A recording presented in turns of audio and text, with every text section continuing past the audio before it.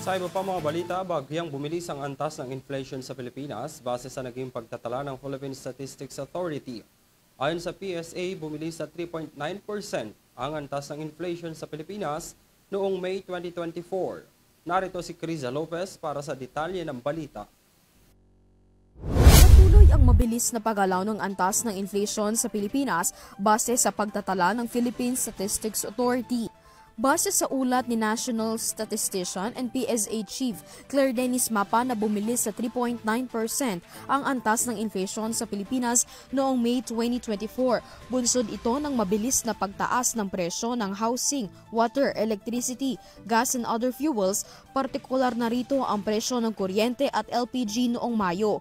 Gayon din nagkaroon ng malaking ambag sa paggalaw ng inflation noong Mayo ang sunod-sunod na linggong pagtaas ng presyo ng gasolina at diesel at maging ang pamasahe sa mga barko. Primary contributor ay yung housing, water, electricity, gas, and other fuels. Number 2 yon sa weight naman kasi doon sa pagtaas ng LPG in particular.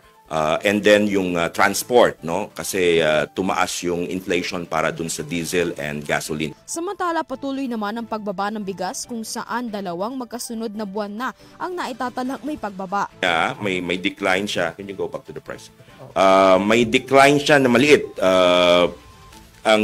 Ang special, for example, average national, ito ay parang itong limang buwan natin ngayong 2024. Ang peak niya ay nasa March, 64 pesos 75 centavos, and then bumaba sa slightly noong April, 64 pesos and 68 centavos, and then May, 64 pesos and 41 centavos. Sure. Sa kabilang banda, nakapagtala ang food and non-alcoholic beverages ng mababang inflation kung ikukumpara ang naitalang datos noong Abril sa datos noong Mayo.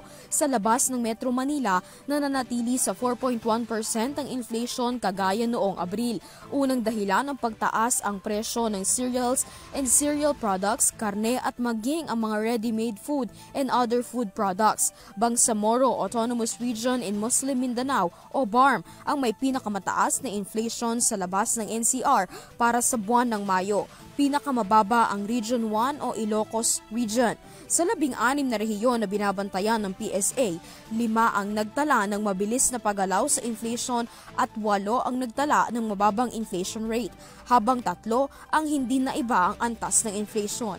Para sa EuroTV News, Criza Lopez, sumasaludo sa bawat Pilipino.